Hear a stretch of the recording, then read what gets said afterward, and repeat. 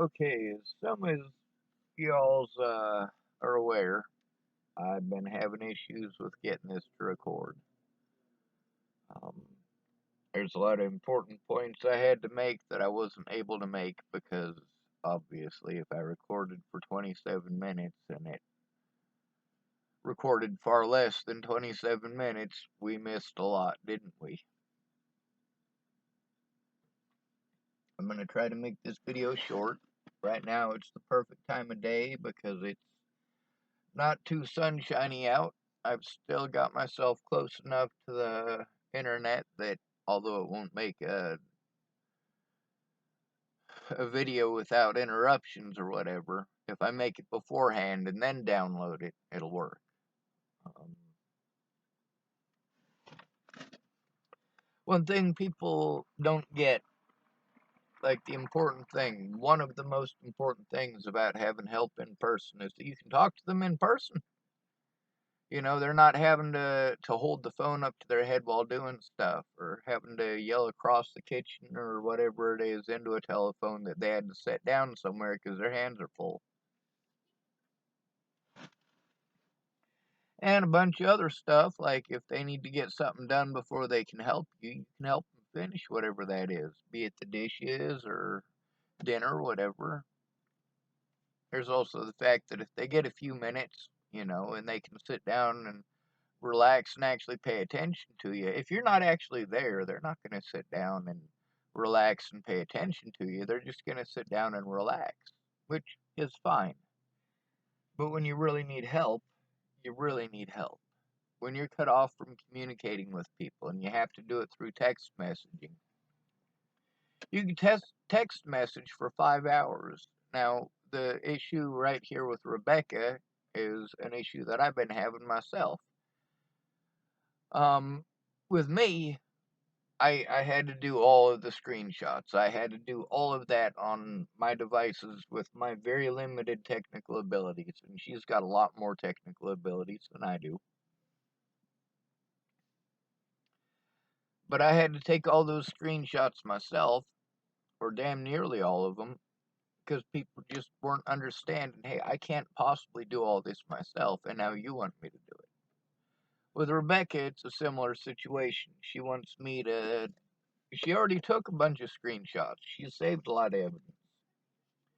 Now I got to go through our text messages and our Facebook Messenger and a lot of her stuff on her Facebook and get that evidence collected, and then I got to go through it all to find the stuff that is not allowed to be on Facebook or YouTube. I'm going to have to read through it all, obviously, to be able to do that. If I have to do any editing, anything beyond pulling up Paint and then use the little pencil thingy, making it thicker and picking a color so I can like draw over a phone number or something like that. Other than that, my editing skills on something like that are pretty well non-existent. So by the time we've spent 5 hours texting back and forth between each other, and both of us are getting stuff wrong, and of course we are getting stuff right. It's not like it's no communication at all. It's still better than nothing.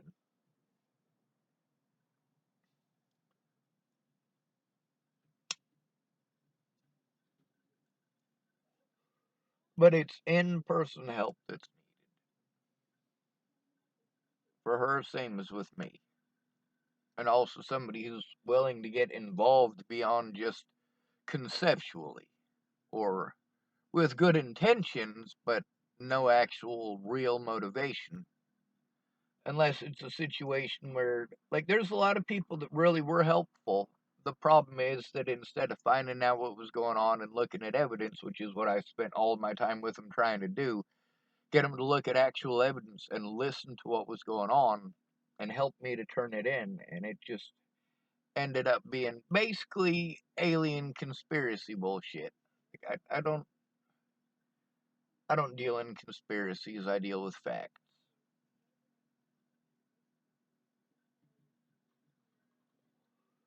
Unfortunately, slander by my predators prevented me from being allowed to even show evidence in court of what my predators were doing. How screwed up is that? By calling me mentally ill, they cast doubt on it. By pressing false charges on me and dragging it out until the statute of limitations was up, or they were allowed to destroy their body cam evidence. I don't know what to do. I don't know how to explain to you guys that I've been explaining it till I'm blue in the face. When you're called mentally ill and you're homeless, you're not a human being to our society. You're treated like a monster. You're treated like you chose the abuse. Nobody is victim blamed or victim shamed more than a homeless person. Nobody. No matter what religion you are, no matter what your national origin is, it don't matter.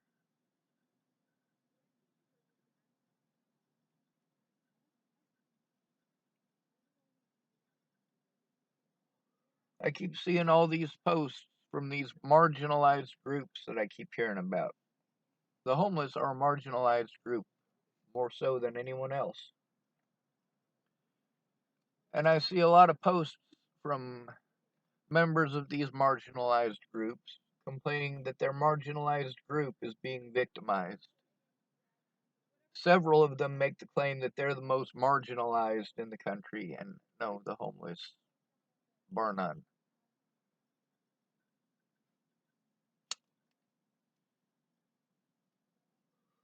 The statistics show that per capita, the homeless got it worse than anyone else.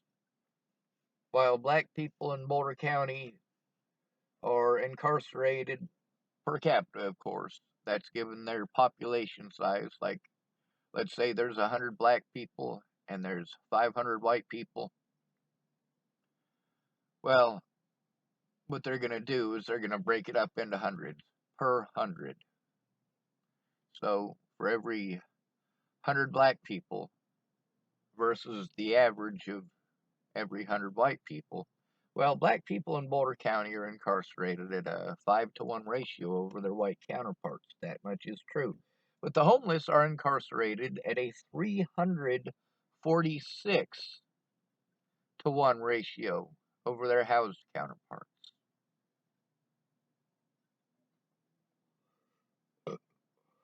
With Rebecca where she's at, she's got an uphill battle.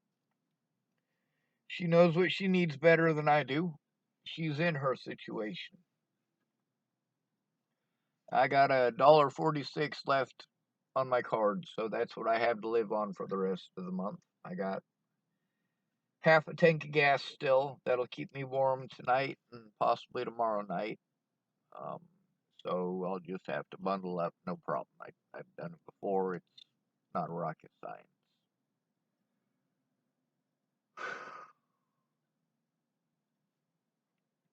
So I just downloaded my story. Um, I forgot that I had sent it in some emails to some officers. So I was able to look it up and I was able to download what I had already had as a statement, and it went up till 2019, I believe. Um, and it's probably, if I was to break it up into a novel, it would be about 3 or 4 volumes up till 2019. Um,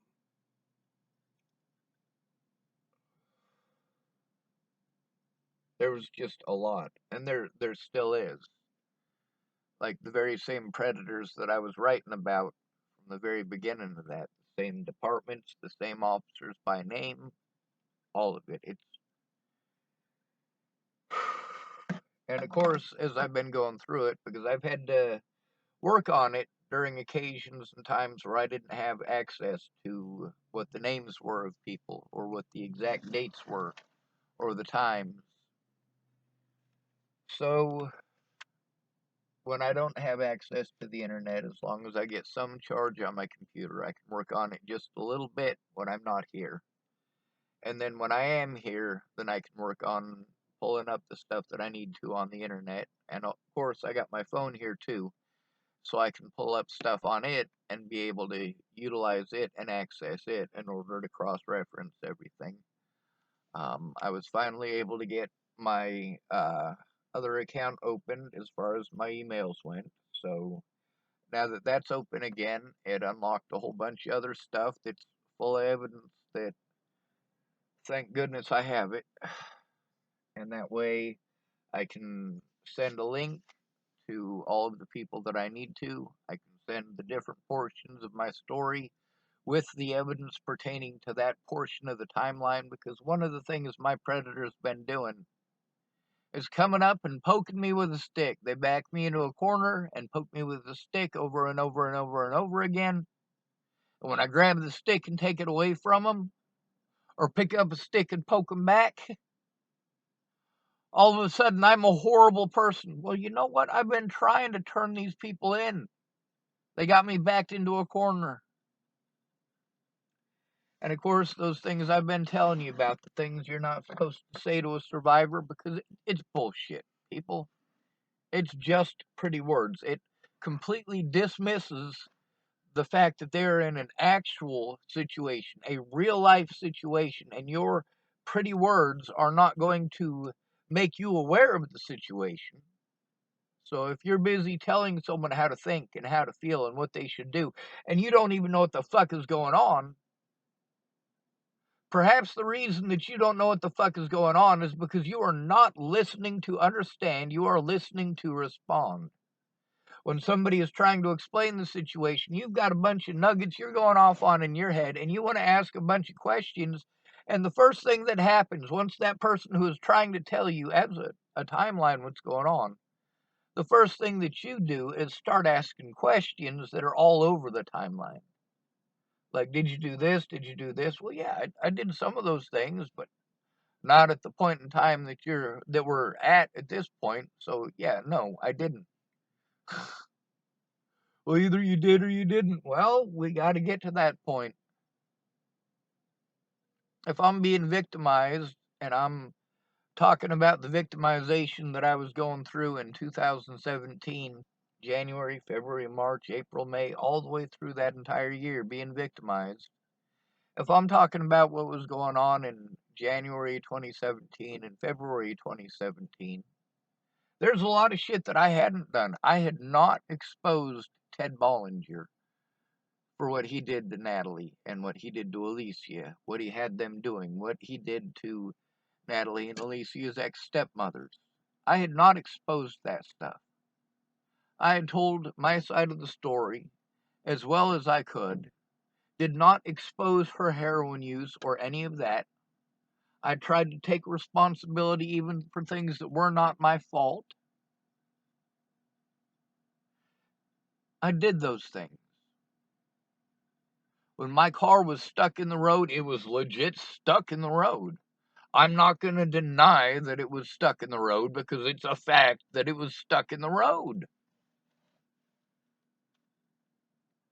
It's also a fact that I was not arrested in Chesapeake, Virginia. It is a fact that I did not stay behind Natalie's work at any point in time. I did stay behind her sister's work, that's Alicia Bollinger, at Alicia Bollinger's request. The phone that I had that wasn't fucking working right, that was doing the fucking pocket dial thing, even if it wasn't in my pocket because it was that broken, that was Natalie Bollinger's old busted ass phone. Her sister, Alicia Bollinger, who worked at the Cricket store, transferred my track phone over so that my phone number from my track phone that I paid for that was in my name, it's now in Alicia Bollinger's name at that Cricket store in Chesapeake, Virginia.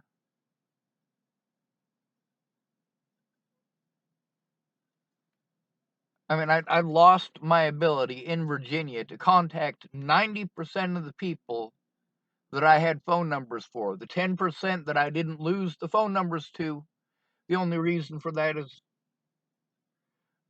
the folks here that work at this Starbucks, I should say, are absolutely wonderful. All right, getting back to business. Where was I at? See, that's the thing about pleasant people. As soon as that lady walked by, she saw me, she smiled real big, and she waved at me. I'm a pretty pleasant person in person. I'm actually a real funny person in person. I'm also, well, the folks at Starbucks are pretty much the only folks I have to talk to. I don't have any friends here. I got Rebecca, who's in Portland. She needs a rescue, and I'm doing the best I can, but she's also going off the deep end, and I don't want to be an accessory to that kind of stuff. I can understand that she had to do some of those things because she was completely alone. I also understand that even though I am here, that doesn't mean that she doesn't still feel completely alone. I mean, I've already done a lot for her since I got here, but at the same time, she's still where she was at. We still haven't been able to find a place to go take our stuff, a place to camp and get away from all of that shit for a while. The tweakers fuck with her every night.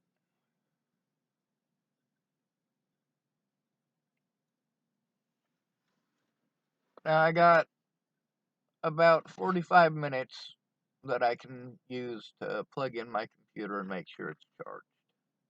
After that, when I go to where I'm passing out for the night, I'll be able to get back on my computer for about 30 to 45 minutes and hopefully update my story a bit. And by the time I'm finished with it, um, hopefully after 45 minutes of typing, which ain't much, I'll be done. I won't have to do it again. But there's a lot of times where that 45 minutes, when I get to a particular section and I try to get it done in 45 minutes or an hour or 30 minutes, it all depends on the day and also where I'm at. If it's a hotter day or a colder day, that affects the battery life as well. Now, with all the stuff that I got to do for myself, and then the stuff that I got to do because Rebecca, she could call me and tell her story. She wants me to tell her story. She wants me to read it. And I'm like, hey, that's the thing about the people on my channel. They want to hear it from your mouth. They're not going to believe me. They want to hear it from your mouth. If you spend 1 hour, because that's what she wanted to do, is an hour every day. If she spent 1 hour every day telling her story, 1 hour of her telling her story saves me about 15 hours worth of taking screenshots, moving stuff from one device to another or onto a USB drive so that I've got room for it all, and then trying to get it all moved over, and then going through it all and editing the stuff out, like phone numbers and stuff that will get me banned on Facebook or banned on YouTube. And then I got to go through and I got to read it all and make it into a video for you guys. And I also got to, post the actual screenshots themselves, like 22 or so at a time, to my Facebook so that the actual evidence itself is there with the video. Obviously, it's not with the video because it's on Facebook and my YouTube is on YouTube. But since they're posted on the same day, on the YouTube video, I talk about, well, the evidence. On my Facebook, I post the evidence, at least what I'm allowed to. So I mean, that's the thing that I keep trying to get across to Rebecca, is that this does take a lot of work. People telling their stories works better. When they speak in their own words, it works better. A lot of people feel like they were put on the spot when they wanted to talk to me. They're like, all right, I'm ready. And then I talk to them and they're like, all right, well, I kind of felt put on the spot. I'm like, well, that's the thing, is that you were. I mean, you knew it was coming, but at the same time, like, you need to tell your story. I don't know what questions to ask a lot of these people because I don't know their full stories. And then, of course, Rebecca, she's got her story written. That's the thing about my story being written. I really need to get it done and get it finished. Having to constantly move around and deal with my very same predators, to be repeatedly cut off from my support network, to be denied my rights as a human being. over and over again. And for these people to get away with it by calling me mentally ill, by lying to hospital staff, claiming that I was schizophrenic even. You know how screwed up that is? William Barr, who was a former Denver officer, even claimed that I told him I was schizophrenic. Wrote that down on my paperwork for court. Now, between getting to show that in court and them stretching it out, this is a common tactic. When you try to turn them in, they'll press false charges on you and they'll drag it out as long as they could. A lot of the issue there is that the officers I was trying to turn in, the officers that I was supposed to have a meeting with the Nebraska State Patrol to turn these officers in, those very officers broke the law to have me incarcerated for 7 months, lied about my disabilities to all of these people so these people wouldn't listen to me, so they would assume that I'm crazy and talking out my ass. I need help too. Now, I can help Rebecca with the help that I need. I've been trying to do all of this without any violence whatsoever. At the same time, with all of the assaults that I have endured at the hands of law enforcement and the jails, my God, people, I am a human being. How do you not understand that? That's the thing about Natalie Bollinger and Alicia Bollinger and Maddie Boa and Danica Garner and Rochelle Shelley Campbell. All of these people pretended to care. But knowing that I was being harmed, they did not, any of them, keep their word. Just like the text messaging issue with me and Rebecca. Nearly all of these people have said that they've had the same conversations with each other about how texting obviously is not a good form of communication. People take shit wrong.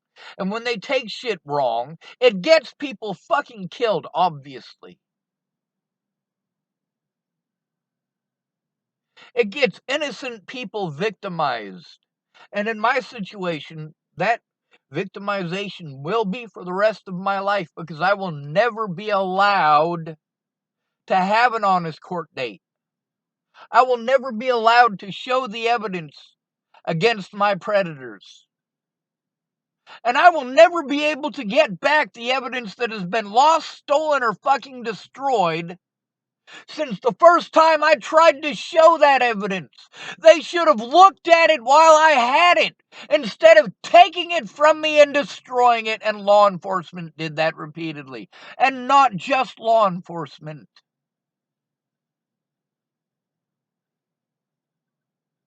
Happy goddamn Christmas and shit, folks.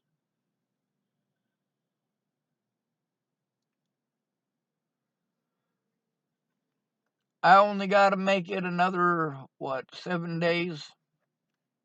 If I can survive 1 week on half a tank of gas and $1 something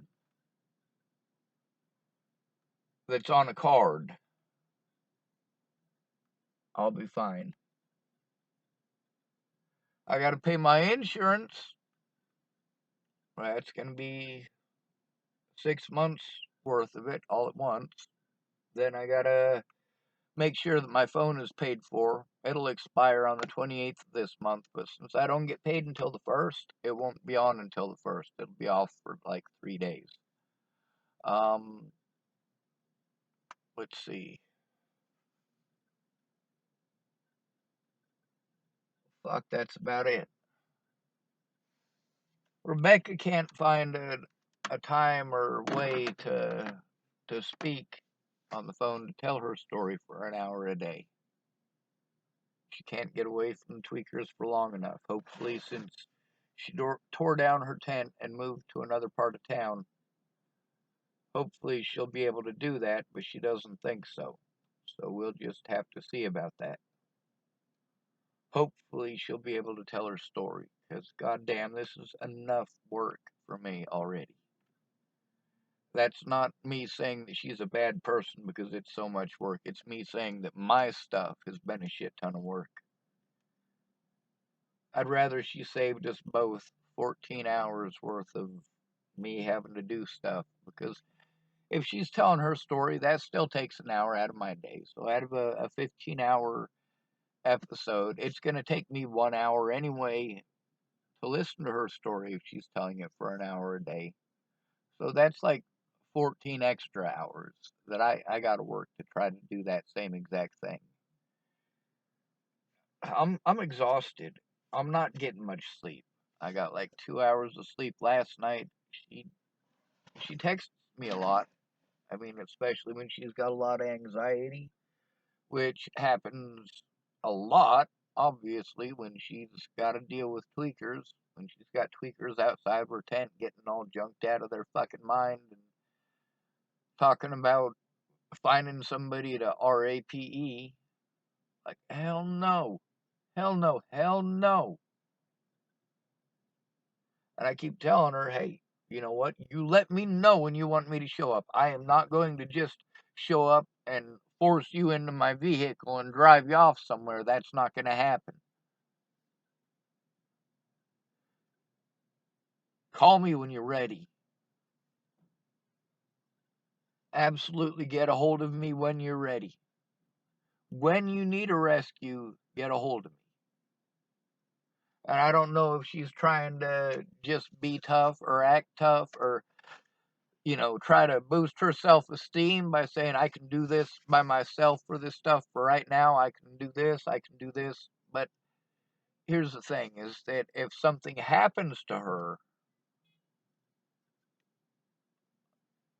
I can't get her back. I can't get her words back. I'll have to try to piece her story together. Meanwhile, I haven't even gotten to piece mine together because I don't have a safe environment to do it in. I'm constantly moving from place to place. I have to try to do the stuff in the amount of time that my computer is going to have before it dies. So I have too much anxiety to do these things anyway, and all I'm able to function well enough to do is make a video. That's what these videos are for. When I can't function well enough to do any of the other things that I need to do, when I don't have the resources to go do any of the things that I need to do, when the things that I need have been stolen from me or misappropriated, all I can do is speak out about it, because when you're called mentally ill, there's either one or two things that's going to happen. Either one, you're on your own and people do whatever the fuck they want to you. Or two, you have someone on your side and something is done about it. Zade Atkinson had somebody on his side and he had a roof over his head. Samuel Leon Lawrence IV had people on his side and a roof over his head. Same thing with Michelle Rodriguez. All of them had safe places to be in Boulder, Colorado. I haven't had a safe environment since Natalie was killed. Matter of fact, since well before she was killed. I mean, that situation at Ken and Leah's was not a safe environment, obviously. They were taking advantage of me. They were stealing my money from me. They were having me do a whole bunch of labor that I was not physically able to do, but they expected it anyway. I was running around like a chicken with my head cut off. I was supporting their habits.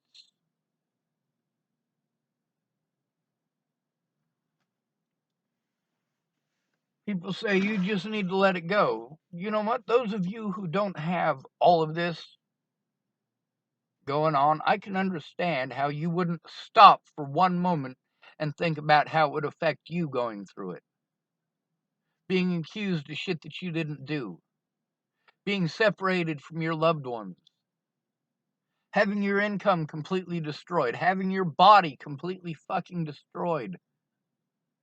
Having your finances destroyed. Having your name destroyed. And never being allowed your constitutional rights. My First Amendment rights, the courts, the cops, the news media have all shown that I don't have a First Amendment right to jack shit. I'm not allowed any of my constitutional rights. Don't tell me what I owe soldiers. Fuck this goddamn country. Happy goddamn Christmas. Hopefully I'll talk to you tomorrow.